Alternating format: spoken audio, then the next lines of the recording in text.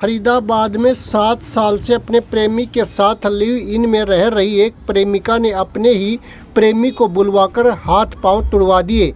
घायल प्रेमी के शरीर में लगभग 13 फ्रैक्चर आए हैं। घायल का फरीदाबाद के निजी अस्पताल में इलाज चल रहा है।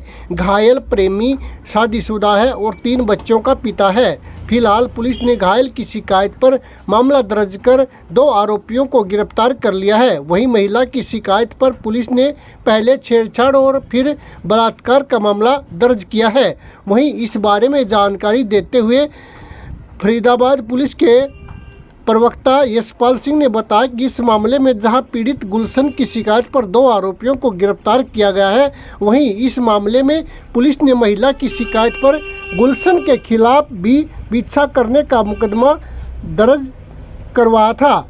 इस मामले में जब महिला के बयान अदालत में करवाए गए तो महिला ने अपने बयानों में कहा कि उसके साथ गुलशन ने रेप किया है, जिसके बाद अदालत के आदेश पर पुलिस ने इस मामले में रेप की धाराएं भी जोड़ दी हैं। फिलहाल पुलिस मामले की जांच कर रही है।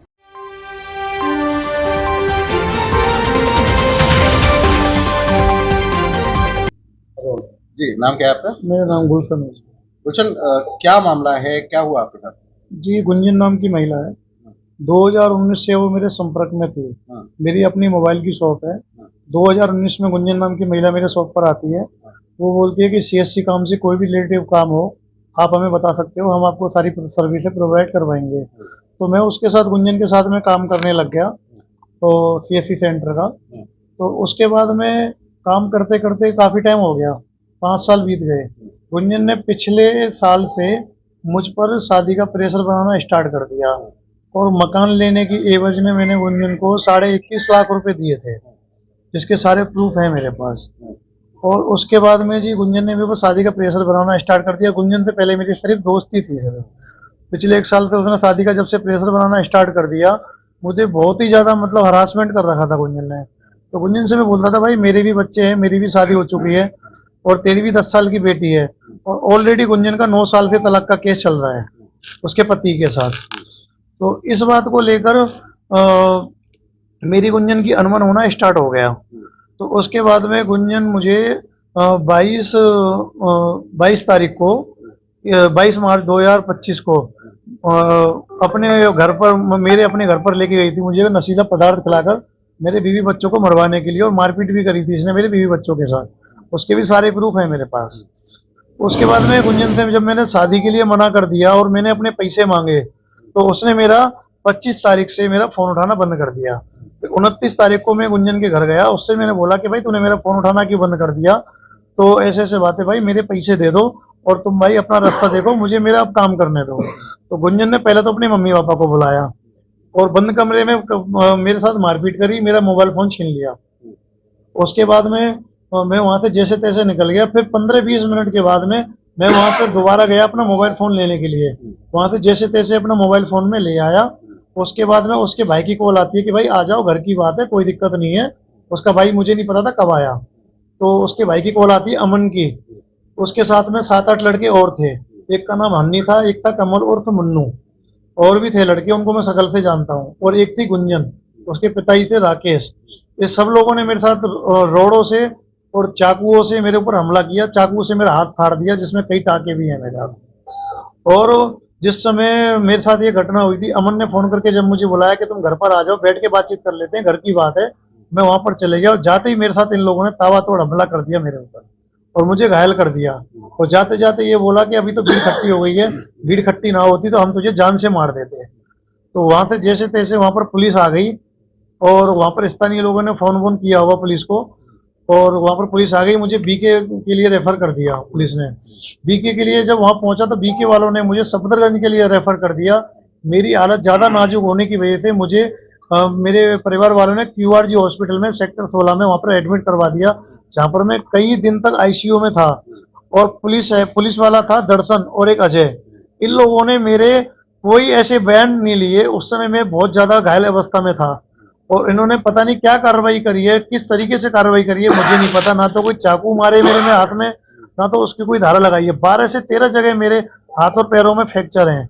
और पुलिस की कार्रवाई से मैं बिल्कुल भी संतुष्ट नहीं हूँ। अच्छा ये बताओ, मारपीट कहाँ हुई आपकी? ये मारपीट हुई है NIT 2 में, कहाँ पे? शिवालय मंदिर के पास, फरीदाबाद में NIT 2।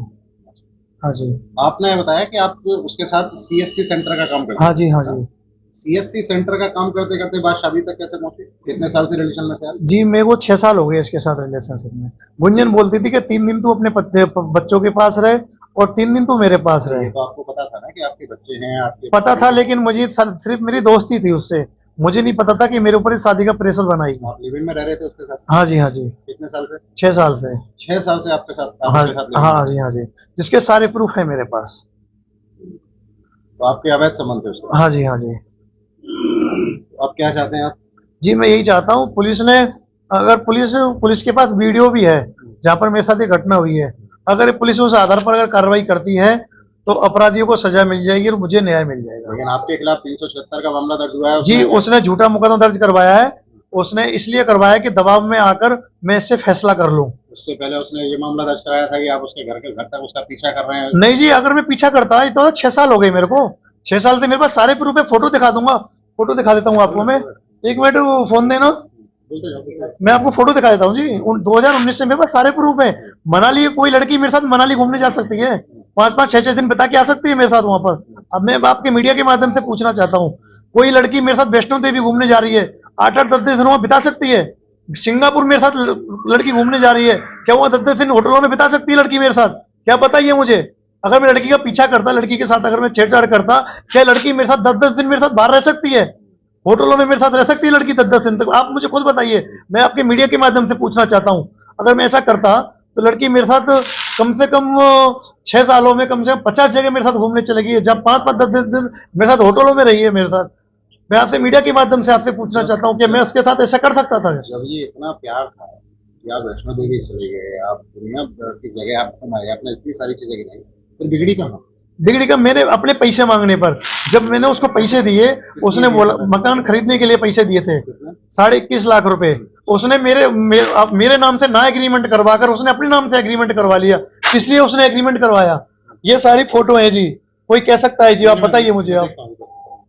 जी, तो पैसे मांगे आप? मैंने अपने पैसे मांगे और उसने कहा शादी कर लेगा तो मैं तेरे नाम पे एग्रीमेंट, तेरे नाम पे ट्रांसफर करवा दूंगी। उसने धोखाधड़ी से अपने नाम पे एग्रीमेंट करवा लिया, मुझे पता भी नहीं चला, विश्वास में मैंने उसे पैसे दे दिए। तो आप कह रहे हैं कि शादी के लिए वो दबाव बना रही थी? शादी के लिए दबाव बना रही थी मेरे ऊपर सर, और आपने मना कर दिया? मैंने मना कर दिया। मैंने कहा दोस्ती है, दोस्तों की तरह रहे, जैसे हम काम कर रहे हैं ऐसे काम करते रहो।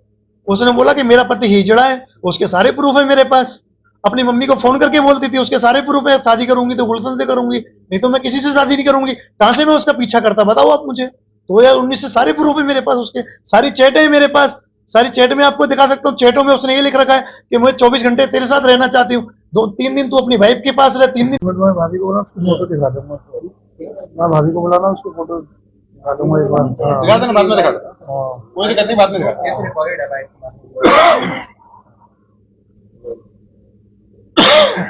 नाम क्या है आपका? मेरा नाम जो गुलशन है। गुलशन। सर ये मामला क्या है? जी, थाना कोतवाली में गुलशन वासी सारण ने एक शिकायत दी। इसमें आरोप लगाया कि उसके महिला मित्र के भाई 29 तारीख को उसको बुलाया टाउन नंबर 2 में सी ब्लॉक में, तो वह उससे कुछ बात करने के लिए बुलाया, तो उसके पास गया। तो वहां जाकर जाने के बाद उसको वहां पर अमन के साथ 4-5 और नए लड़के थे जिनके द्वारा हाथ में लाठी डंडे लिए हुए थे, उन्होंने उसको पीटा। इस शिकायत पर थाना कोतवाली में मामला दर्ज किया गया। मामला दर्ज करने के उपरांत पुलिस चौकी टाउन नंबर 2 के इंचार्ज द्वारा इसमें इन्वेस्टिगेशन की जा रही है और इन्वेस्टिगेशन के दौरान 2 आरोपी अमन और उसका जो साला है हन्नी, उसको गिरफ्तार करके न्यायालय में पेश कर लिया गया है। कितने आरोपी? मामला आरोपियों में नाम शामिल है, एक तो उसका नाम अमन है, एक किशन है, एक हन्नी है और एक मनीष है और अन्य 2-3 के खिलाफ मामला दर्ज किया गया है। इसके उपरांत जो महिला है गुंजन, उसके द्वारा महिला थाना NIT में एक शिकायत दी गई पीछा करने की पीड़ित के लिए। तो उस मामले में गुलशन के खिलाफ थाना वुमन NIT में पीछा करने के सेक्शन के अंदर मामला दर्ज कर लिया गया।